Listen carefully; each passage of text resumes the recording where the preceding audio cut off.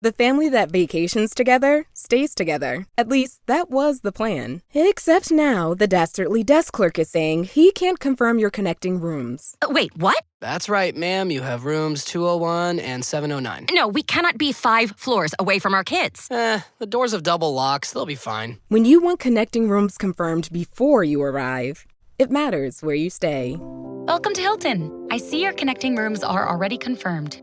Hilton, for this day.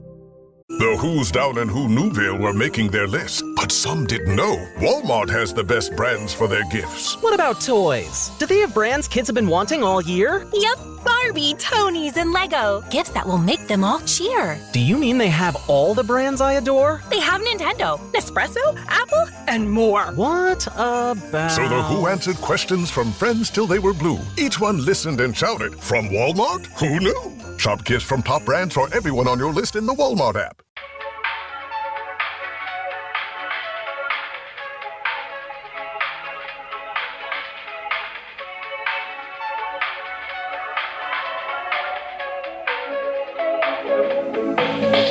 Hello.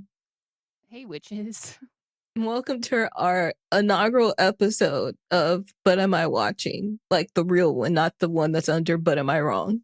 Woohoo! Are you excited? I am. I was going to say, this is where we two people who watch so many things, sometimes have watched things the other one hasn't watched. Sometimes we have both gone by missing something like so crucial in pop culture because we haven't watched something. And this is a podcast where we rectify it. We either educate each other, we educate ourselves, and we either enjoy or don't enjoy a form of media that we love to celebrate. And today's was Practical Magic. Highly recommended by our audience. It was a close... Last year we did a poll to see which movie we would do for But Am I Watching for Halloween? And this was in the top 5, I believe. And I have to say that, like, this for the first time in my life, Melissa, that I was like, maybe I'll convert to being like Melissa and I'm never going to watch a trailer ever again, because I don't think I've ever gone into a movie more blind. And the roller coaster it took me on, knowing nothing. And I was like, damn, this is how she just lives her life. She just raw dogs movies like this. That's crazy. And it's enjoyable. My God, it was wild. The only thing, okay, so this movie came out in 1998. I was a preteen. You were in kindergarten? I was 8. I don't know. I was either in kindergarten or I was in preschool, gonna go in kindergarten next year. Okay, so this wasn't, even though Sandra Bullock was a staple in our home, this was not something that I really was rushing to watch. My mom either, so never saw it. All I remember is that Faith Hill song that plays during this movie. It played all the time, and I believe there were clips in the music video from this movie, and that's all I knew. But I didn't know anything else about this film. I knew that little audio of like, always throw salt over your shoulder or whatever. And like the dee-doo-doo, dee-doo-doo, dee-doo-doo. And I have been reblogging photos of this aesthetic, of these homes, of their outfits, of just like them, just like looking gorgeous and hot and like 90s vibes. Mm-hmm. And like the fall of it all and like the little town. Like I knew that part of it. But beyond that, I will be honest, I did think that because I knew that, I knew the essence of the movie.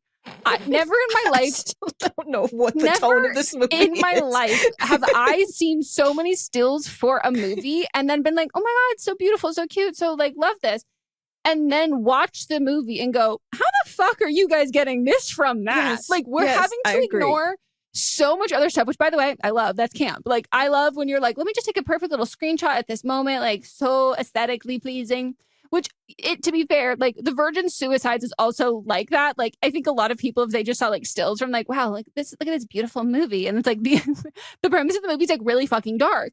But this is called Virgin Suicide, so I think the title that really in itself, like, and like the fact that it is like so beautiful is like that's a narrative because it's being told from a point of view of like men who like look at like women's suffering as something that's like still beautiful and like innocent and sweet. And so like there's a point in that. This, I was like, wow, no, none of you motherfuckers prepared me at all for what I was about to see. The poster didn't prepare me. No. The Tumblr post didn't prepare me. That fucking little TikTok audio didn't prepare me. What's the audio? It's like, yeah, like always throw salt over your, like the ending little bit. Oh. Always throw like, and I'll find it here. And everyone uses it for their fall things. Yeah. And now I have even more questions about the fucking sequel. Me too. I do too. So I guess this would be characterized as a romantic fantasy drama. It's about love, sisterhood, breaking curses.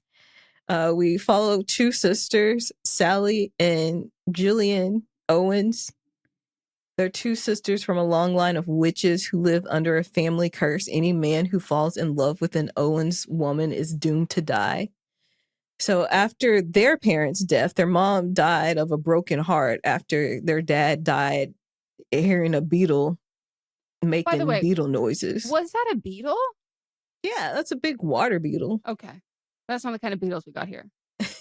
I was like, are you sure it's not a cockroach? The ones that are like, no. The roundedness, the color of it, that's a beetle. The girls are then raised by their two aunts in Massachusetts by the water, and then magic is part of their everyday life. Can I ask a question just to interject really quickly? Canonically, what is it with ants without kids and witches? Like, that is part of the witch thing. Is because the like ant part? From the minimal things that I know about witches, and I'm not coming for witches, so if you are part of the witch community, please correct me if I'm wrong. And I want to be a part of that community. I think I have the gift. But one part of why people were calling people witches also was because they couldn't bear children, or when they did, then like some of the children either died in childbirth, and then also like in the early forms of witchdom that, again, this is from things that I've read, that women would go to witches, quote unquote witches, for abortions. Yes. And so that was also part of it. So I think in the lore, it just became. Yes. Because I remember in Sabrina the Teenage Witch, it's the same thing. Yeah. And so then also like in relation to that, because they would have like a sibling that had a child, then that's part of it. Okay, that makes sense.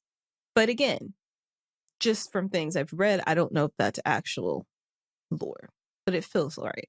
It does, and it also like it makes sense that like that's why they would kind of use the basis of it. And once one person uses the basis of it, it's the same thing we've talked about with vampires. They use it in like a piece of literature or in a movie, then it becomes like true to that lore that other people just start doing it. Yeah. And this was also originally a book too, which I felt it because it felt like there was a lot of information there that we should already know. Wait, no, Melissa. And it was rushed. The amount on my list, the amount of questions that I have that I'm like, did I fall asleep? Because I fell asleep in the movie and then I like finished it this morning, but I rewound and I was like, the amount of times I just turned to Moss going, I think I'm missing something. He goes, I don't think you're missing anything. I think this is all they've told us. And I'm like, yes. Okay.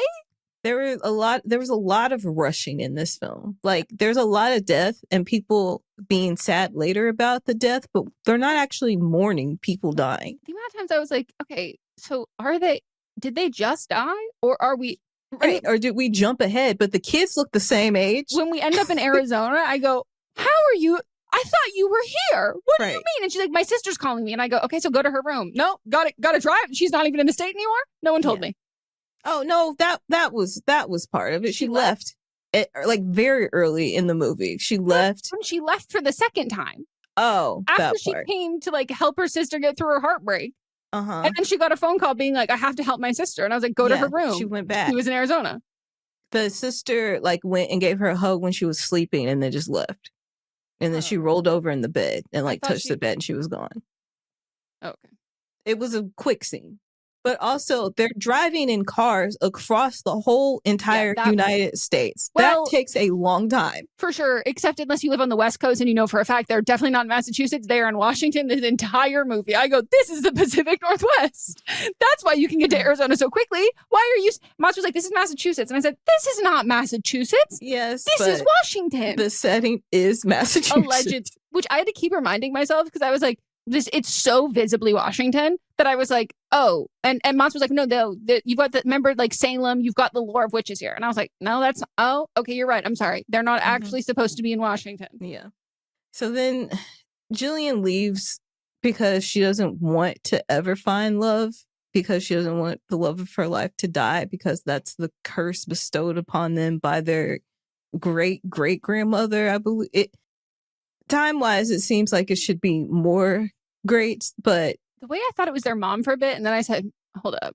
No. They were... She was in a linen dress with no shoes on back in the times of burn her, she's a witch. Yes. That's actually not your mom. Yeah. Then Jillian has, like... In this time, Sandra Bullock's character, has fell in love with the man that died, but also her aunts cursed the man.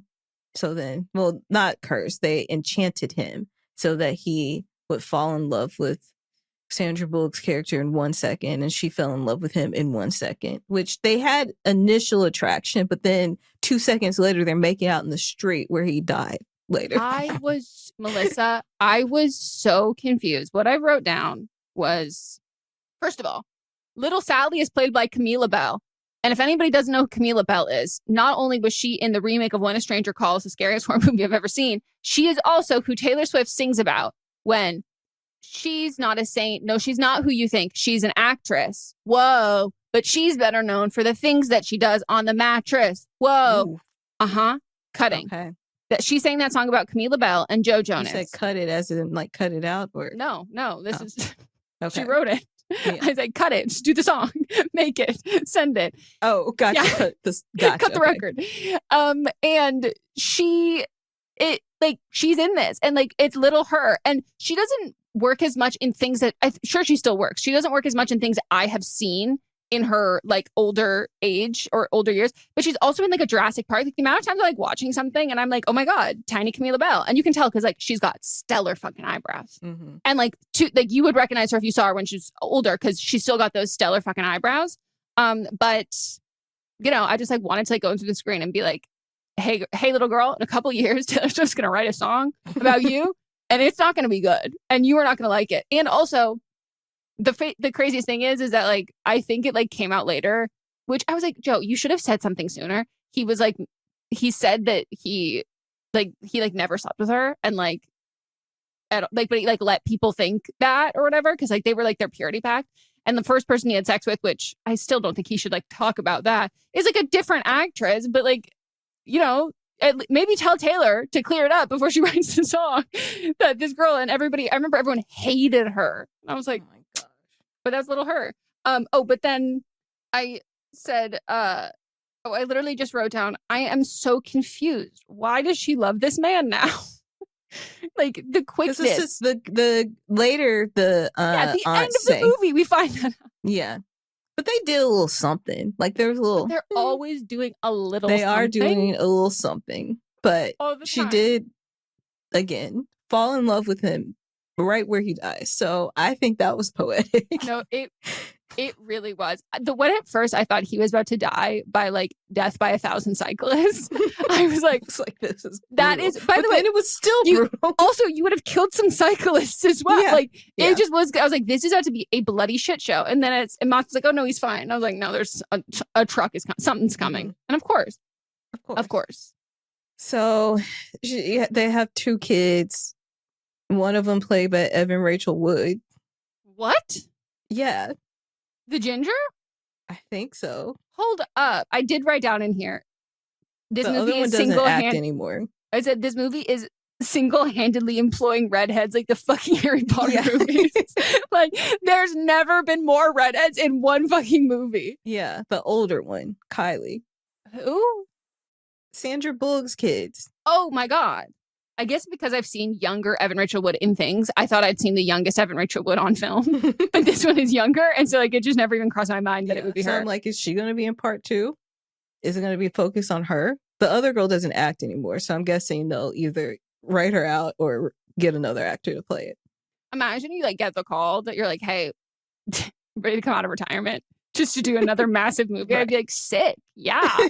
Fuck This yeah. was the last movie she did. Like before that, she did an episode of Touched by an Angel and something else. Yeah. Perfect.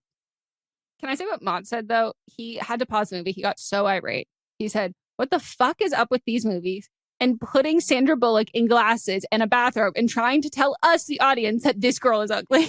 He's like, she is objectively one of the most beautiful people ever. And they're trying to portray her as this like, oh, her sister's so much cooler than her and so much more beautiful. And look at her. She's in glasses. I didn't get that they were saying she was ugly. She just knew that she didn't want to go out there and hook up with men because she was too afraid to fall in love. But it gave like the vibe of like this like more insecure, like even the way that she started like holding herself in that way, like it was supposed to be the stark contrast between like her like vivacious confident sister and then like her, which I was like, okay, she's so fucking beautiful.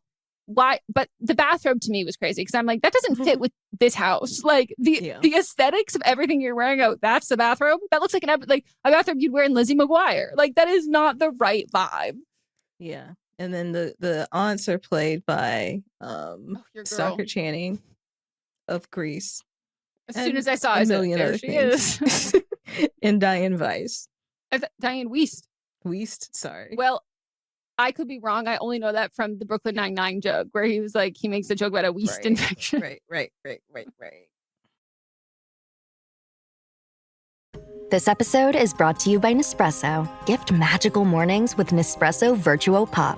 Compact and stylish, Virtuo Pop is made to meet every morning coffee craving. From espresso to coffee, hot or iced, at the click of a button. And celebrate the season with Nespresso's limited edition coffee flavors. Sweet almond and hibiscus, cinnamon and candied tamarind, and festive double espresso. Magic in the making. Shop the holiday gift collection exclusively at Nespresso.com. This episode is brought to you by Nature's Bounty. Nature's Bounty believes your body is brilliant, naturally designed to thrive, inside and out. For those always looking for new ways to support your health from head to heels, Nature's Bounty has a range of over 400 vitamins and supplements born from 50 years of trust and care. Nature's Bounty. It's in your nature. Visit naturesbounty.com to learn more. Starbucks cards are the perfect way to say, nice work. Give your team the gift of coffee when you order Starbucks cards in bulk directly from Starbucks. Whether it's a digital or physical card, celebrate employees and clients alike with designs for every occasion. Shop now at StarbucksCardB2B.com. The music is stunning. Yeah, that soundtrack is incredible. It's 90s. I remember, like I was saying, I vividly remember the soundtrack. I don't think some of it fits with the vibe of the movie. I think that's generous. I think the vast majority of the soundtrack does not fit with the fucking movie. But it's such a vibe. It's the 90s. But like the aesthetics aren't, except for like Sandra and Nicole Kidman, I'm not feeling 90s. No. The way that like how this was portrayed, I thought they were like witches who were going to like own a bakery and like teach young girls how to do magic. And like it was going to be like so beautiful and lovely. And like then maybe someone like they have to like come together to like save the town. And they like, you know, whatever. That was, as soon as I saw Nicole Kidman poolside grinding between two men, I said, this movie is very different than I thought. That's the tone of it is so confusing to me. It's about 5 movies squished together. Yeah. And I think again, because it's a book, but I think they're trying to, it wasn't scary at all. There wasn't even like haunting. You don't think this was scary at all? At all. I don't think it was scary. I think that man was real scary. Weird things that happened. He was a scary person, but I don't think the overall tone of it was scary. No. And I will say though, it was scarier than I thought it was going to be. I didn't know we were getting into like anything besides like, I thought our witchcraft was going to be fun. I thought the witchcraft was going to be like, you know, like the classic things like she did, like stirring the coffee. Like I thought it was poking birds. We were stick a needle through the eyeball. And I said, no, I'm fucking out. I am goddamn fucking out. But I would say Sandra Bullock and Nicole Kidman had like insane chemistry. Like they need to do more. Almost like they should date in a movie. By the end, I was like, you guys gonna kiss? Like, are you guys gonna make out? Like they had beautiful chemistry. Mm-hmm. I ship it. But I literally said, I wrote down the plot. No. The vibes. Yes. What the fuck is up with the man? The timeline is just so crazy to me. And like, I do wish they'd established a little bit more that like, we didn't get until the end that like Nicole Kidman's like not actually great at magic. And like Sandra Bullock is really good at magic. But the amount of times that I was like, girl, do a spell, like fit, like, why can't we fix this with magic right now? Yeah. Even with the boyfriend thing, why didn't y'all just like hex him immediately? That was my or when I was like, why don't he's there peeing? Can you not leave? And it was like, well, they don't have the keys. And I go, you're witches, get the keys. But he's also, is he not a vampire? Okay, so that's what we have to talk about because this was the biggest. I assumed there was going to be a conclusion for this part. No, not so much. This man is so clearly a vampire, and also his like fascination with cowboys. Why did we need that? Why did we need that he loves cowboys? And I'm like, okay, you're so clearly a vampire. And like, they both think he's a vampire, but like, no one's really fucking saying it. And I'm like, but then how did he get in? Nobody invited him in. Except then they made that weird deal when she invited the other guy in. And I was like, are you a vampire? Like, why did we invite? Like, it was just like, okay. But I guess to start, like, when Sandra Bullock, when Sally made the spell or like the list of like the wish list of the things that she wanted in a man, I was like, this is so, when she's like, his favorite shape will be a star. And I was like, girl, you are too old to like have that on your wish list. Like, you're like 11. Like, that's like a stupid thing to fucking say. Like, what? He won't have a favorite shape? And then when it came back to like full circle, I was like, oh my fucking God. But like some of the things. He's a cop. I was like, okay, police propaganda. Good God. But I was like, wait, okay, weird. But so like this whole like spell that she has that like for this like perfect man. I do have to say though, despite this movie being so centered around men, it somehow also decenters men because these women are very okay with dating men knowing that they are going to kill them. And I was like, and they were like, but I gotta get my rocks off. And I'm like, and that is feminism. And that's why I liked Nicole Kidman's character because she was just out there fucking. Yes. Like she did, and then she didn't even fall in love with that man. It was just because he was abusive. I have to say, like, despite the fact that this movie was crazy, I am going to rewatch it every year. Like, I did in fact love it. It was so camp. But like this whole thing, I was like, do you think the chicks listened to this, watched this movie, and then said, we're going to write Goodbye Earl? Like, but no, they want make Goodbye Earl because there literally was somebody abusive in their life. And it was like, about them. But this whole thing, I was like, I was waiting for, but I was like, that song came out later, but I was waiting for someone to play Goodbye Earl in this movie because I was like, this is objectively. Just a year later, they might have already had it written. God, they should have pitched it for this. Should have fucking pitched it for it. But like the curse gets lifted at the end, so yeah. I mean, anybody after that. I'm sorry that like the curse got lifted because this man said, "Well, it kind of only works if you believe in it." And she's like, "Whoa, great!" And I'm like, "Oh my God, girl!" Like, but also like she like creates this man. And then she's like, well, I'm creating a perfect man because he will never be real. So therefore he won't die when I fall in love with him, which then, of course, I don't know if I just took that too literally because the whole time I'm going like, so can other people not see this man? But then he's talking to the townsfolk. And I said, okay, well, he's like, he's there in the physical. So like other people can see him. So therefore he is real. And so I was like, is he a werewolf? Is he another vampire? Like, is he not even a real cop? Like, how is he not real? That like, that's what happened. And then he just is real. And like that plot hole, I was like, okay, that makes no fucking sense. And when she was like, I wished for you. And he was like, I wished for you too. And I was like, we've never seen you. We don't know that you did that. Also, her children were so excited about this man. How long ago did their father die?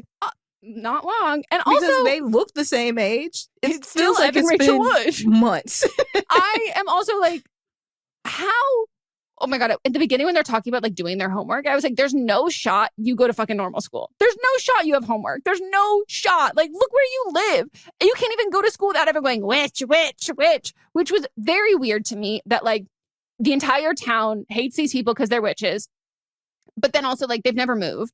And like these people still come to them for like witchy kind of spells. Yeah. That woman who was like, make him fall in love with me and leave his wife. And then she showed the picture and I said, that man is ugly. Like we're doing that. We're doing this for that bird die. Ugly man.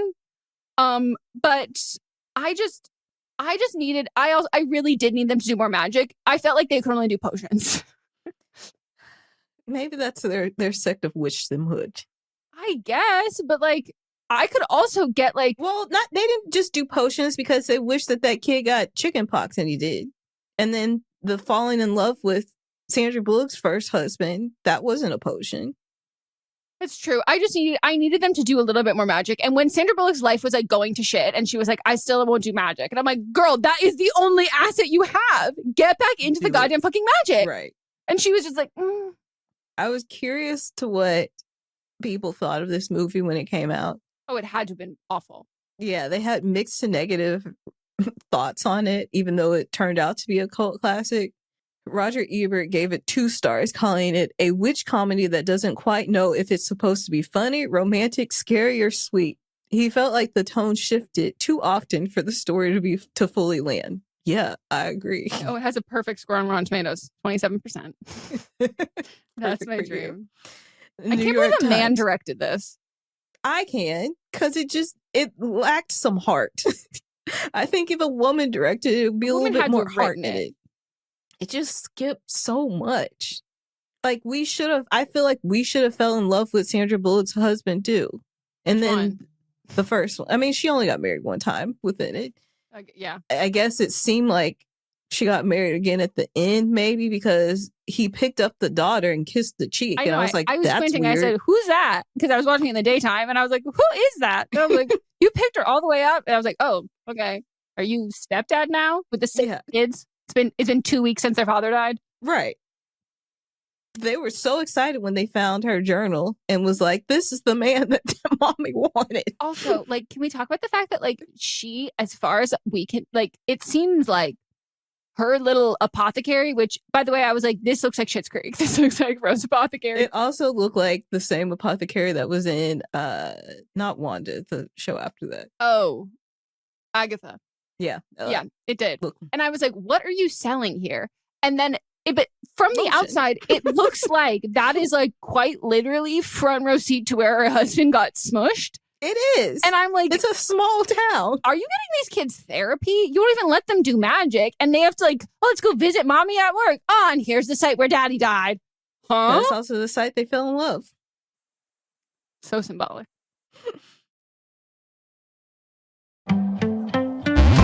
Abercrombie Kids knows how to make outfitting easy. Mix and match sets are their ultimate outfit hack for fall. Their sweatshirts and sweatpants are super cozy, and they always have the cutest colors and patterns. Shop fall's easiest outfit at Abercrombie Kids in the app, online, and in stores.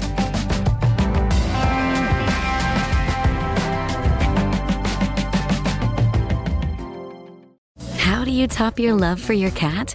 With a cascade of decadent, savory gravy over a mouth-watering mousse pâté. Fancy Feast gems. 2 gourmet pâtés in one convenient pack. Simply peel and plate to reveal a pyramid shape that makes eating delightful and pamper her with an experience as extraordinary as she is. Turn the everyday into the extraordinary with Fancy Feast gems. Dripping in gold? That's cool. Dripping in Velveeta's supremely creamy golden cheesiness? That's respect. Elevate your drip with Velveeta's range of outrageously delicious dips and dishes. Shells, cheese, melty blocks, and heat and eat queso that go all in on indulgence. Flex on your fam with a creamy, cheesy masterpiece and go all in on what you love with Velveeta. Respect the drip and satisfy your cravings. Bring home the drip with Velveeta. I wrote down no offense, but how is every man in this movie ugly? Like, every man in the movie has a villainous receding hairline. But that's also... Was that that was the norm at the time. Everybody had a receding hairline. Think about Friends. All of them had receding hairlines. Just Ross and Joey grew their hair out longer. Okay. But it was before people were just going to get hair transplants as the norm. And like Sandra Bullock and Nicole Kidman look so beautiful in this movie. They are incredibly beautiful. And Nicole Kidman's accent was a little thick. Nicole Kidman's, well, I was just perplexed by some of the things. And I said, am I supposed to understand what that was supposed to say? Was that in witch speak? Or was that... Okay. It was Australian. But yes, I don't understand how these two baddies... You couldn't cast, like, I don't know, Richard Gere or like Hugh Grant. Like, there was just like... Grant would fit. I'm just like, these are the men.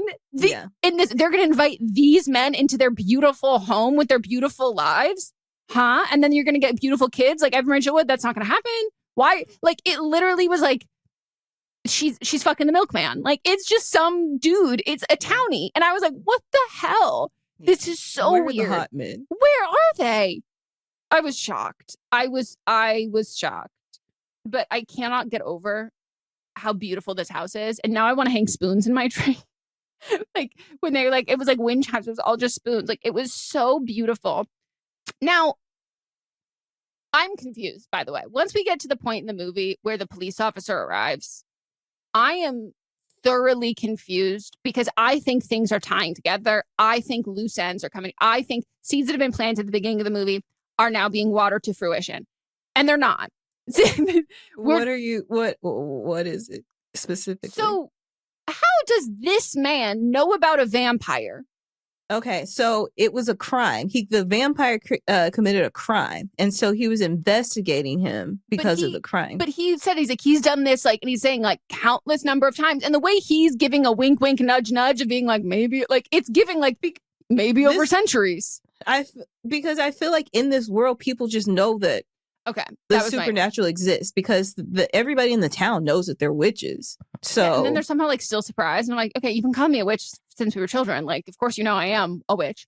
But this man, I will say, I did watch the whole movie, and I'm still not entirely convinced he is actually a part of the police department. Because me either. That was a blank badge. It seemed like he was just somebody. Maybe he's part of a magical council. Well, I did, in fact, think he was a vampire hunter. Yes. And I was really hoping that's where we went. I would have loved if that was what it was. Too. Because, by the way, it doesn't make any sense because your badge, that is aluminum. That is not real silver. When, like, it didn't look real at all. No. Did he have a weapon? Didn't see one. No, he said he had a gun. And then she's like, can I see it? And he's like, no. So I'm like, okay. You're clearly not a real police officer. Yes. So I felt it either like be a vampire hunter or like related to the person that went missing. Yes. And he's trying to figure out what happened. He also terrible. I mean, most police officers are terrible, but like you're automatically just like wanting to hook up with. But that's also part of the spell. Yeah, but she also like confesses a crime and he goes, whoa, ski cheeks, hold up, let me pause my recording. You don't want to say that to me. And I'm like, no, but quite literally, you actually do want her to say that to you. I thought that they were trying to say the reason why he didn't because he was already in love with her. Mm-hmm. And so that's why he didn't care too much. Also, he didn't really care about the man. He wanted that man to pay for the crime he committed. Yeah. And so he did pay. I have a question, though. What the fuck was that letter where she's like, you wrote, when did she write the letter? She was writing it to her sister. But what was in the letter? It was the letters that she was writing to her sister. Like, just like, it's about Tuesday, her life. This is pancakes. What's happening in my life. Yeah. So he found the letters and that's what connected him back to where they were. That's how he knew because he was looking for back to the letter as if there was like something so meaningful in the letter. And I was like, I don't think she ever told us what was written in this letter that he was just like, I was holding on to it for so. And I was like, Okay, and it's all like soft, and she's like, "How many times did you read this?" He's like, Right, "Probably that's 1,000." fucking creepy. Okay, pervy. But again, don't touch that. Take a black light to that letter. But Yuck. again, he's under a spell. Which So. she does bring up as being like, I don't know if you like want to be here because of the Yeah. spell or because of that. And then he's like, yeah. And then she's But like, he also never wished for mind. her when he was sitting on his horse, and he wished upon a shooting star. He didn't say. He didn't say anything. Tell me what you thought in that moment. I think you were wishing for a PS5 or whatever the fucking equivalent was back then. Like Atari. Yeah, he's laying there on. Is he on a horse? I thought it was a horse with it the was hat, which I was like, wow. huh? Like the perspective was very odd. He's like, I wished for you too, and I'm like, okay, that sounds like a line. Like, come on, like girls. Also, when they're talking about them all being slutty and they're like drunk and laughing, I'm like, who are we saying is being slutty? Because they're like seemingly talking about Sandra Bullock at a certain point, and I was like, have you been like hoeing around town and we didn't realize? I thought hers was more. They were like, she isn't slutty enough.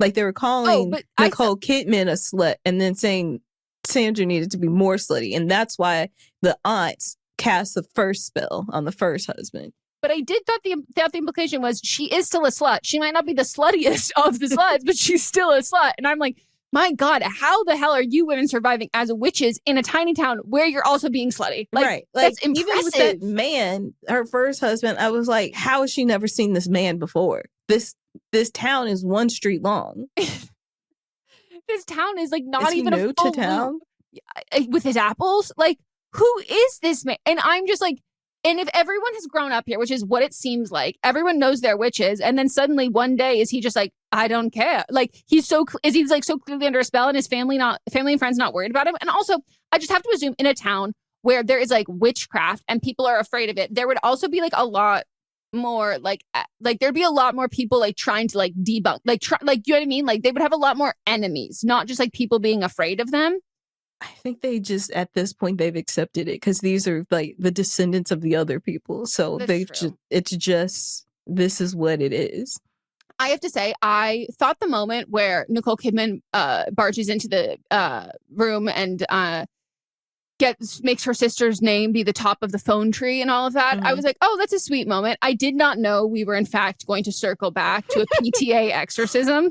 Why were they so willing to go? Like, obviously, these people wanted to be a part of it because, like, how do you go from fearing it to everybody being like, we don't ever want to be involved with this person, you don't have a friend, to once we get to that part, they just go. They don't question. It has nothing to do with their children. No. They just show up. I can only assume the PTA phone tree is in fact a blood oath. Like, I can only assume that there was no other choice. But I do think it was because when she says the line of being like her sister's boy, like just went through a bad breakup and the guy won't leave her alone. So they all just kind of be like, push all of their differences aside. And they're like, no, like we as women, we have to show up for each other, which I was like, beautiful, cute.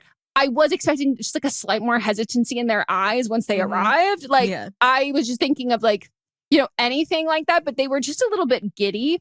Yeah. But I did literally wrote down it all caps saying, oh my God, she's a demon now. You gave the girl with an Australian accent. Now she has to play someone who's being possessed by a Romanian vampire inside of her own body. That's an acting challenge. Yeah, that is an acting challenge. But I thought she was great at contorting her body. Wait, also, can we talk about how that wasn't even the worst CGI and still says maybe the only really bad CGI was when they're in a car? That's always the worst. And I'm like, this was it even CGI? Yes. It was, I think the car stuff, I think it was, I don't think it was CGI. I think they did the where you put the screen behind it. I think it was a projector. It was, whatever, like the special effect, it was the only time that it ever like took me out of it was in the car. Yeah. I just think, I think it was a rear projector. I don't think it was CGI. Yeah. But the whole exorcism, I said, and when he came, he appeared as like a sepia version of himself out of her, also looked pretty cool. And I wrote down, not the metal police badge, and it's not even real silver. And he's looking at it like going, oh my God.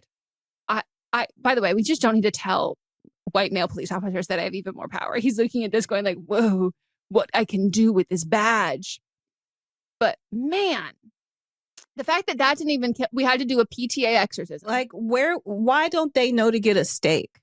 the way that they're so resistant and hesitant to call this man a vampire, yet they're like, yeah, we're witches. And I go, okay, cool. So like, you can't be the only one in the fucking food chain then. Like, you have to know and assume.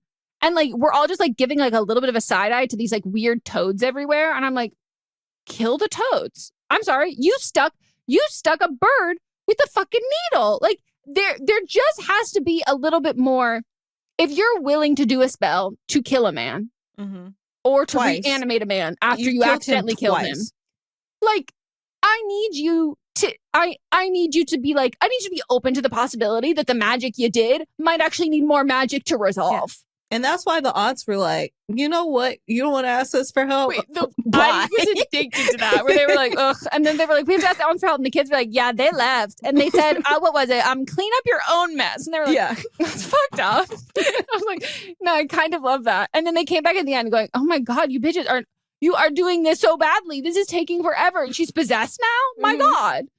But wow, I really hated when Nicole Kidman was embodied with him, and then she like said, I've got a thing for sisters. And I said, we don't need that. No, we don't need that. But I wondered if they were all actually just cool with the witches. They were just jealous that they weren't witches, because that was the vibe. Because Sandra Bullock does say something to one of the women that I assume was one of the girls when they were little. Says something like, I know you always wanted to come over here. Yeah, she said, I always wanted to see the inside of your house. Yes. And she was like, okay. Well, could have had a play date when we were kids, but like, now you have to be here for the fucking exorcism throw a rock at us. Yeah, like rude. Also, I didn't, and again, maybe I'm missing it. We're going back for a second. When she's in her apothecary with the two other women who clearly also happen to be witch adjacent. Yeah. One of them is character actor. Oh, if you've seen BoJack, it is the wonderful character actor, what's that lady's name? Margot Martindale. And she is in BoJack Horseman, she also plays a animated version of herself, and they only call her character actress Margot Martindale. Wow. She also, in fact, does play Mima in the Hannah Montana movie. She's in so many TV shows and movies. And that's why she's character actress Margot Martindale. Yep. When that man comes into the apothecary and it's like, this isn't working, whatever, I'm putting it on my head. And she goes, you're putting it where? And he was like, on my, and I was like, and then he was like, oh, I get it now. What? Was he trying to grow dick hair? And he was putting it on the wrong head? Like, that's how I interpreted it. I needed you to have a different interpretation, because that's the only thing I could. And I was also confused. I didn't know if it was a joke that I was missing. Fuck. I was hoping you would have an explanation that was not the mix up between head on the top of your head where your hair grows and then dick, because that's the only thing I could think of. And I was like, it has to be something else. Yeah. Wow. I think that while this is clearly a Halloween movie, I think this actually might be the ultimate breakup movie. Yeah. But also, like, men are just here to fuck. That's what this movie is about. Ultimately, I wrote down saying, this actually feels like Taylor Swift has a song called Ophelia, and it's like a very deep misinterpretation and creative like change to Ophelia from Hamlet.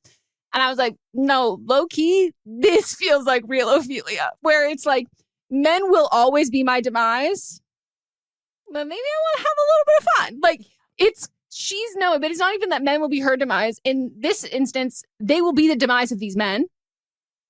And they're like, I'm never going to do it again. I'm never going to do it again. And the love of my life died. And they're like, I could just try it one more time. Yeah. I could just try it one more time. But now the curse is lifted. Though it does feel like Nicole Kidman has become involuntary celibate. Like, it seems like she is like, I can't. Like, oof. I can't anymore. I feel like she had her rocks. Sometimes she went through her hoe phase. She was like, I'm done for now. But maybe in the next movie, she's back. Because like in the next movie, I feel like if she's not a hoe, where's the fun? No, we need someone hoeing out, and someone someone's husband dying. But there has to be some other curse that happens. Both the aunts are still with us. They're not. I mean, they're old, but they're not that old. So I'm sure they're going to be in the film too. Yeah, well, the aunts also didn't age in this movie, which makes me wonder how old. I think they were around. Weren't they there at? No, they wouldn't have. I'm just wondering, like, how long have they been alive? And then also, like, how long is the life, like, will Nicole Kidman and Sally? Yeah. I mean, Sally and Jillian be alive. Are they whoever their great whatever grandmother that put the curse on? Is that their sister? Yeah, I don't know. Maybe we should read the book.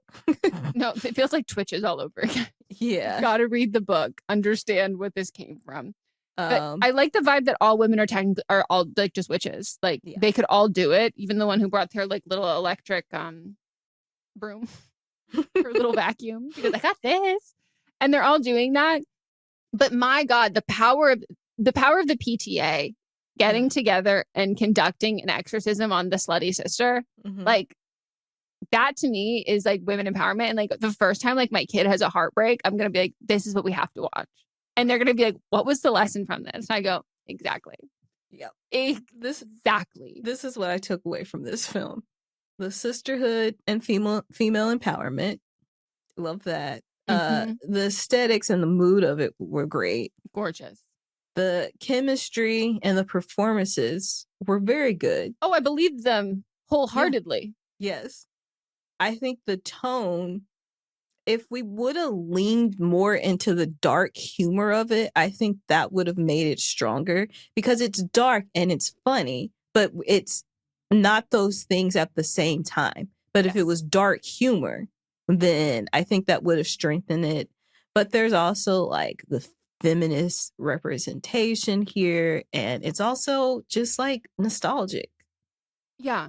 Somehow this movie was so long, and somehow I felt like I was missing so much context. Yeah, we gotta read the book. I was confused. I was confused for like 80%. No, I would say I was confused for 50% of the movie, and the other 50% I'm going, I gotta get in that garden. That garden is beautiful. I'm like, that house, that kitchen. Love her outfit. Look at those jeans. So cute. And then I'm like, wait, what is going on with the rest of the plot? Oh, Maisie Williams is in the second one. I wonder if she's playing one of the sisters. And Joey King. Well, they're young. How are they? In their 20s. Yeah, but and Evan Rachel Woods is in her 30s, so. Oh, they got Lee Pace.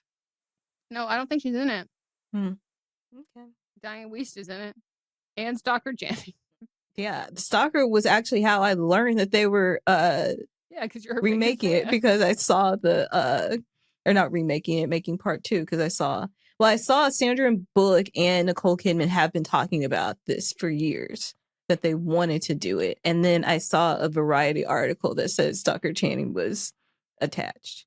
Well, this time it is now directed by a woman. Great. So I do think this will help us. I am Doesn't a little... Nicole Kidman, now she has a thing where like 90% of the time she will only work with women directors. Oh, I it's hope something so. like that. I will say, though, I am a little confused considering as I'm going through the director's IMDb, we might know her from the movie Bird Box, which I just wonder what the tone is going to be for this movie. And she also did a movie I've never seen with Jennifer Lawrence and Bradley Cooper. I didn't know they did another movie together. What was the movie? They've done a few. Serena? I feel like at least 2, 3. Yeah, this one I don't know. Serena. Okay. Every story you love, every invention that moves you, every idea you wished was yours, all began as nothing.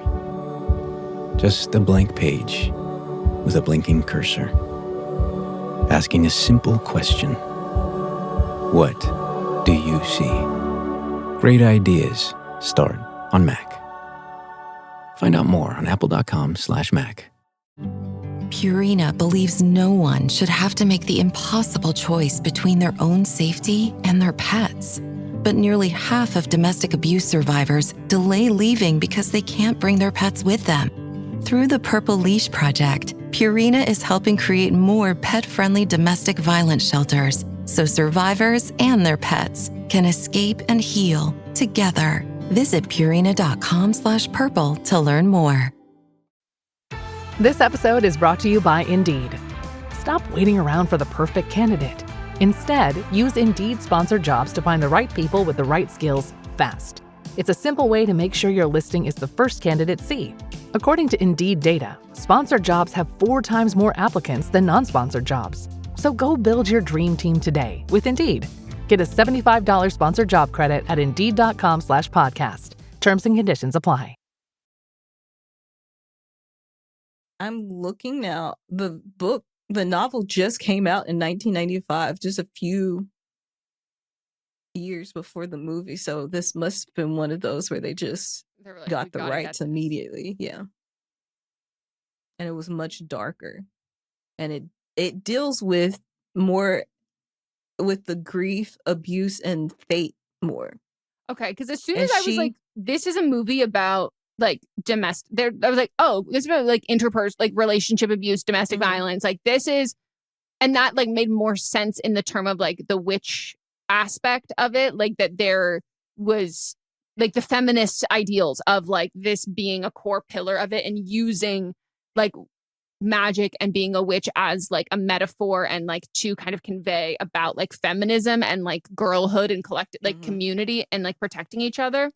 But it did feel a little bit like we just like dropped something like crazy fucking heavy and then boop bopped moved on. Yeah. So Alice Hoffman is the author of the book. And she initially disliked the movie's changes until she saw how much fans loved it. And then later she wrote 2 prequels called The Rules of Magic and the Book of Magic. And that was more inspired by the films following. I gotta read it now. Yeah, me too.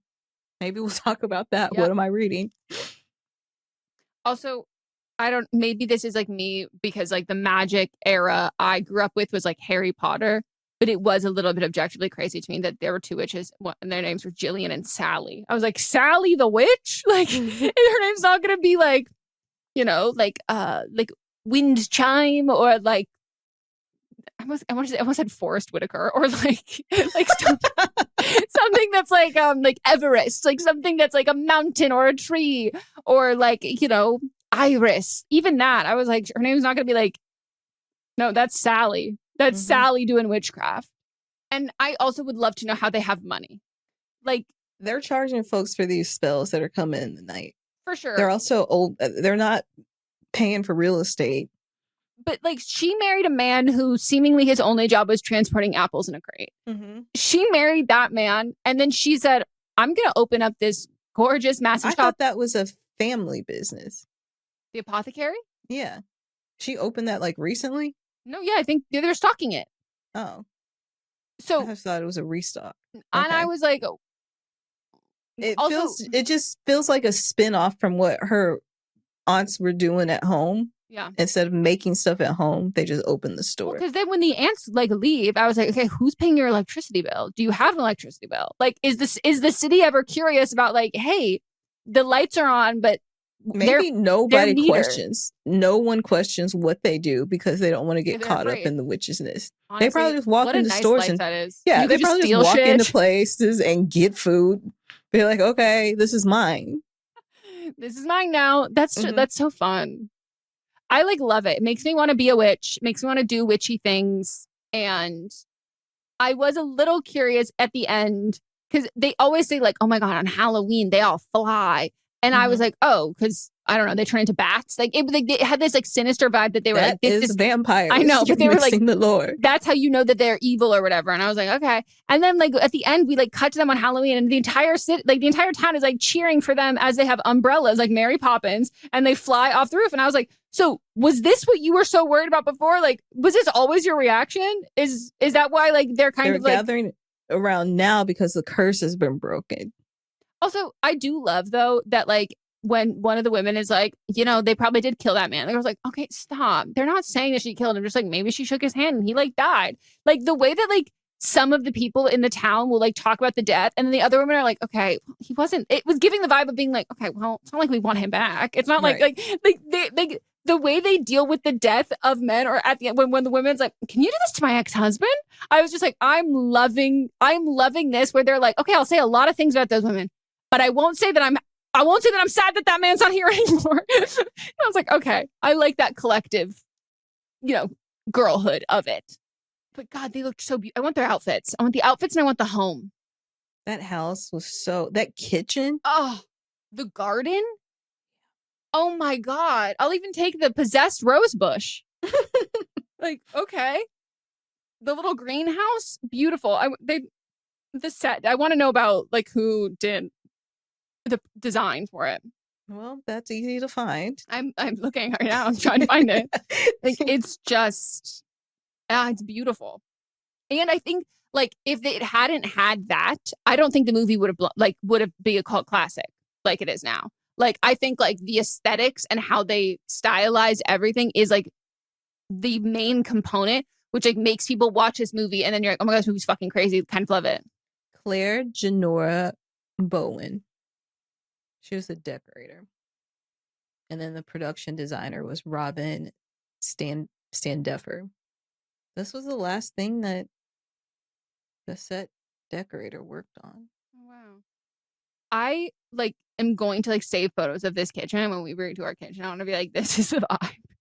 This is the dream. There's a house on a TV show that I watched that I don't even remember what the TV show was, but I screenshot the kitchen and I still have it in a folder of this is what my kitchen will be. When you were able to screenshot things on Netflix, now you can't anymore. It just turns black. Yep. It also reminds me of it elicits the same feeling as like Nancy Meyers movies, which made me think of like, imagine if like you're just like watching a Nancy Meyers movie and like suddenly someone's like possessed by a demon and they have to because like that's how I went into this movie of being like, oh my God, cozy fall vibes, apple cider, like beautiful fall vistas, gorgeous kitchens. Like imagine if you're watching It's Complicated and like suddenly they have to give who is it, Alec Baldwin? They have to give Alec Baldwin an exorcism. Like that would be crazy. Yeah, I went into this knowing nothing. So I just was like, I'm putting this on. I put it on last. I was going to get up this morning, but I was at the point where I was too tired to do more work, but it was too early to go to sleep. So I was like, I'll just put this movie on last night. So that's what I did. That's what I did. And I did it like, and I was like, I'll probably just fall asleep. And the way I was like, I stayed up way longer than I thought I would because it intrigued me. And Mats was like working. And then at a certain point I look over and he's like, laptop is shut. And he's like, what is going on? But from IMDb, I just see the entire house is specifically built for an architectural shell that was torn down after filming. It was built on rented land. Even the blossoms on the trees are fake, made of silk. Incredible. That's insane. They don't do that shit anymore. No, they're just like CGI. Barbara Streisand wanted to buy it after filming and they had to tell her it didn't exist. Oh. She should just build it. Oh my God, I can't believe they just like built it. All right. So maybe we should start giving it ratings. But it doesn't have to be like out of anything. It's just like we rate it on a vibe. I would rate this. I would say 10 out of 10. I would watch this again. This will become like in my rotation. I mean, I loved it. I love fucking stupid. I love insane movies. Like I love movies that are like so batshit fucking crazy. So for me, this is like 5 bottles of the dick shampoo or whatever the hell that she has that she sells that man. Like that's what I would give. Like I was so surprised by this movie, yet somehow not at all disappointed. Yeah, I was also interested in seeing what it would be like if they switch roles. Oh, yeah. I think that would be cool. Maybe in the new movie there'll be a point where they switch bodies for a second, but I wanted to see. I think that they were cast right, but I also would have wanted to see the other playing the other role because they both can act. They both can act, and they both have done versions of those other characters before too. Also, Nicole Kidman also played in A Witch and Bewitched too when they did the remake movie. That's the only one I've seen. To me, that is the only. I used to watch the TV show as a child on replay. I brought up the Inspector Gadget thing that you had mentioned, and I was just like talking about remakes. And you're like, those are not real. And Mom's just like, I can't stand when you do that. Like to me being like, and I was like saying something. I was like, well, it's like, he's like, you are who they make these. He's like, you are the reason. You are the people that they make these fucking stupid remakes for because you watched them and you regard them as the first. And I was like, well, you did the same thing with the Brady Bunch too. You were like, that's not. No, I know the Brady Bunch. But you said like the quote from the one that the Sure Jan, like that whole scene, you thought that was from the original and not the movie. Yeah. Yeah, I don't love the Brady Bunch. That one didn't do it for me. There was a time in my life where Nick at Night would play the stuff from the like 70s and 80s, and then we would go into school talking about the shows as if they were brand new shows. Wow. Yeah. That's crazy. What was Urkel on? ABC. No. What was the show? Family Matters. That's the one that I enjoyed. So I would give it 1998 Broomsticks. And one man carrying apples getting mauled by thousands of cyclists. Which again, they're on an island. No, sorry, Massachusetts. I gotta go to San Juan Island though now. This is like I gotta get on this trip. I gotta go take this trip. Gotta go for the vibes. You go on, they actually have a day where people do go. Hold on. It is October 16th is Practical Magic Day and people go. Okay. So next October 16th, you should go to San Juan. I would love to know anybody else who has seen this movie. Did you think this was Massachusetts? Like, not people from Massachusetts. Obviously, you didn't know. But, like, if you didn't know, would you have believed it? Because in my mind, they should have. No, I mean, it was fine to lie. But, like, I don't know. They lie on so many shows and movies. It was just there was a distinct lack of seasons as well. It's October. It's October and we're in Massachusetts and we're wearing t-shirts by the water. But I mean, that doesn't necessarily have to be, that's more of a production thing because Washington does get cold. So 100%. It did give that they were like, my mic is moving by itself. To script magic. I did like that for some of it. They were like, screw realism. This is about magic. We want the best vibes. Mm-hmm. And they achieved it. The vibes are unmatched. Yeah. Unmatched. All right. Well, thank you for listening. Join us on Thursday for Don't Blame Me. Yay! The new version of Don't Blame Me. Hell yeah. Oh, I also just want to give myself kudos to congratulate myself today. I crushed it at the Really today.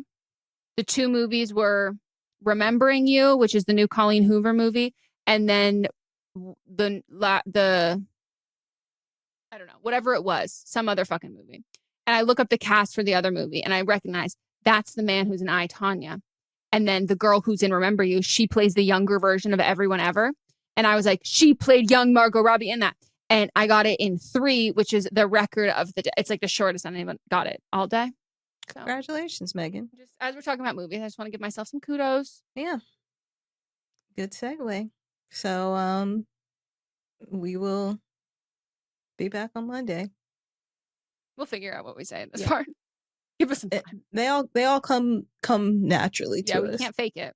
Because by the way, if we try and rush it, that's how you got Visiting Friday. Yeah. So leave your comments on Spotify about what you think about this movie. Yay. Bye. Bye. This is a Sister Sign production hosted by me, Megan Rinks. And me, Melissa D. Montz, plus Diamond Imprint Productions. Post-production by Coco Lorenz. Production assistance by Melanie D. Watson. And music by Ryan Hunter and Giacomo Picasso. From the darkest corners of our imagination comes a game show that's more ridiculous than terrifying. Welcome to Tickled to Death, the horror comedy game show where nothing is sacred, everything's a little unhinged, and the only thing more cursed than the questions are the jokes. I'm Roz Hernandez, your fearless host, and each week I'll be leading a brave group of guests through twisted horror trivia, improv games, and enough sarcastic banter to make you question all your life's choices. So come for the screams, stay for the snark. Listen to Tickled to Death wherever you get your podcasts, and hit follow unless you want the show to follow you. In the meantime, don't get tickled to death. This podcast is dedicated to my younger self because she really needed it. She couldn't keep a man or a job. Welcome to Broco Therapy. I'm your host, Stephanie Meghan. I'm your co-host, Rose McAleese. Every week we dive into dating, sex, and relationships. Who doesn't want best friend kind of deep conversations? It's about creating a safe space and just having a good time while listening and also crying a little bit. I think there's nothing better than listening to a podcast and crying. Yes. That's how all podcasts should be, is you crying silently to yourself. And that's on therapy.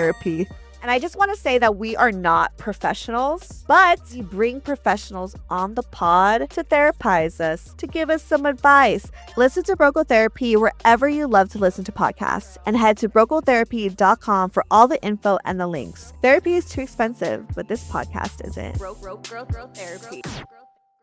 Hey, Michael. Hey, Tom. Okay, so you want to tell him, or you want me to tell him? No. I got this. People out there. Yeah. People, lean in. Get close. Listen, here's the deal. We got big news. We got monumental news. We got snacktacular news. Yeah, after a brief hiatus, my good friend Michael Ian Black and I are coming back. My good friend Tom Cavanaugh and I are coming back to do what we do best. What we were put on this earth to do. To pick a snack. To eat a snack. And to rate a snack. Scientifically. Emotionally. Spiritually. Mates is back. Mike and Tom Eat Snacks is back. A podcast for anyone with a mouth. With a mouth. Available wherever you get your podcasts.